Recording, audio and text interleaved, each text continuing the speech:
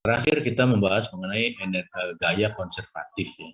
Apa sih gaya konservatif? Itu adalah gaya-gaya yang mana memberikan usaha yang dilakukannya, ya kan, yang bergerak itu depend only on the final position, hanya bergantung pada kondisi awal dan kondisi akhir daripada benda, terlepas atau bebas daripada lintasan yang digunakannya. Misalnya benda bergerak dari titik satu ke titik dua, ya kan? Maka usaha yang dilakukannya ini sama.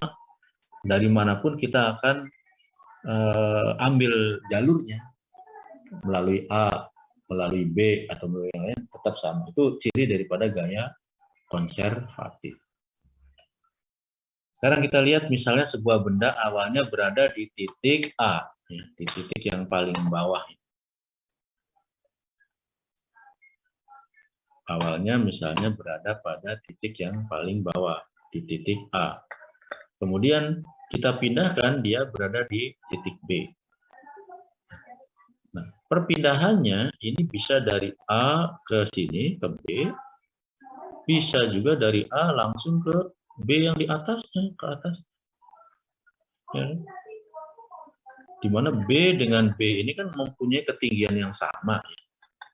Nah, maka karena gaya ini, gaya gravitasi itu adalah gaya konservatif,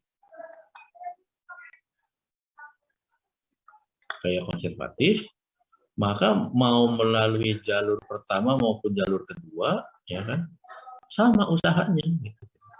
W dari A ke B ini sama dengan W dari A ke B bintang, sama. Karena F-nya yang bekerja pada benda ini adalah gaya konservatif. Begitu.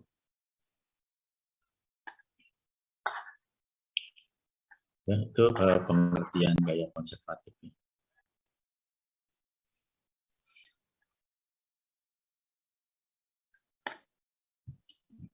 Apa konsekuensinya ketika gaya itu adalah konservatif? Kita lihat ini. Berlaku hubungan perubahan energi kinetik ditambah dengan perubahan energi potensial ini sama dengan 0. Jadi maksudnya berlaku prinsip kekekalan energi mekanik di situ. Dengan syarat gayanya itu adalah konservatif.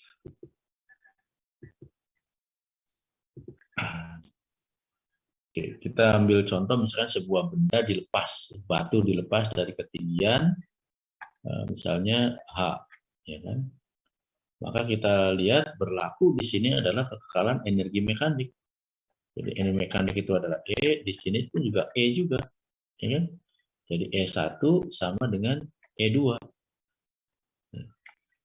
Energi kinetik awal ditambah energi potensial awal sama dengan energi kinetik akhir ditambah energi potensial akhir sama dengan energi kinetik.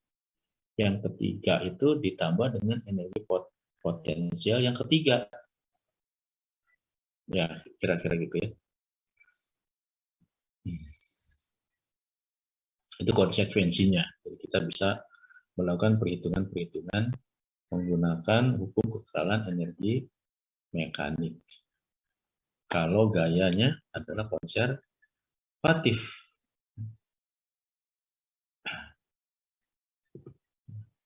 Nah, balik ketemu lagi dengan anak-anak mainan roller coaster lagi, ya kan?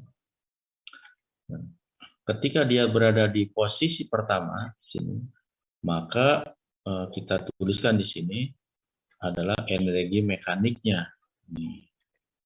Ketika dia berada di posisi bawah, energi kinetik, energi mekaniknya adalah seperti ini. Posisi awal dan selalu dijumlahkan itu akan sama gitu loh. Jumlah total energinya. Jadi karena sama, maka kita bisa hitung pada akhirnya. Ya kan? Pada kondisi awal misalkan masih diem. Berarti kalau masih diam ini sama dengan 0. Ya kan?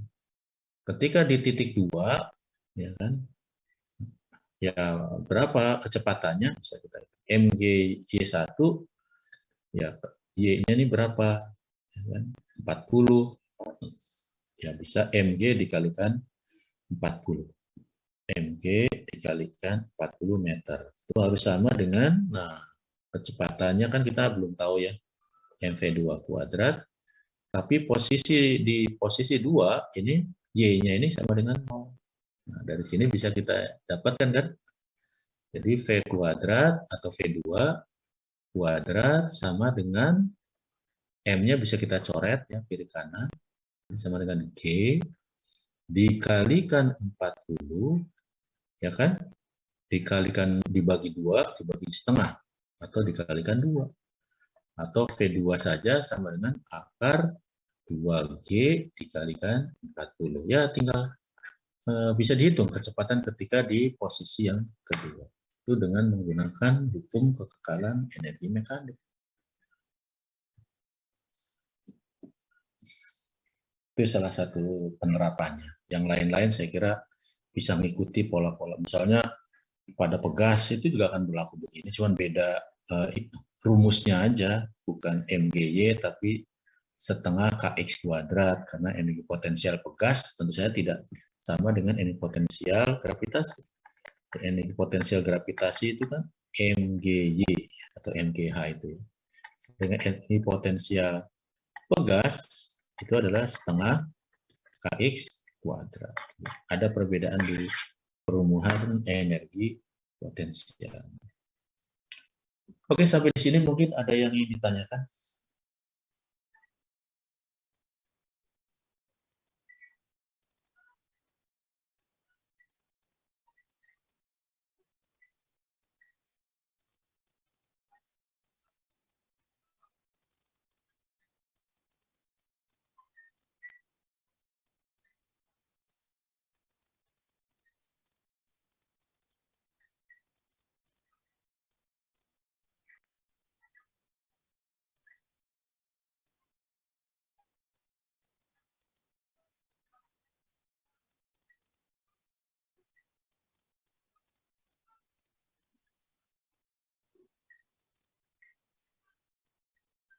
Baik, kalau nggak ada, saya kira untuk kuliah hari ini saya kira kita cukupkan ya. Karena kalau terus juga pastinya akan melelahkan juga ya. Ya, mudah-mudahan apa yang sudah kita pelajari bisa dipahami dan bisa untuk persiapan nanti ujian tengah semester. Ya. Untuk apa namanya tingkat kesulitan daripada ujian UTS, ya kita sih sesuai dengan apa yang sudah dibahas di kelas, kemudian sesuai dengan yang di slide yang kita gunakan, dan buku. Kalau ada yang kurang jelas dari penjelasan saya, bisa buka buku yang sudah saya berikan juga ininya ya, linknya, tinggal di-download, dan itu akan kita dapatkan penjelasan yang kurang lebih serupa. Baik, terima kasih semuanya. Selamat siang. Assalamualaikum warahmatullahi wabarakatuh. Waalaikumsalam warahmatullahi wabarakatuh. Jiwa. Kita live ya. Yuk.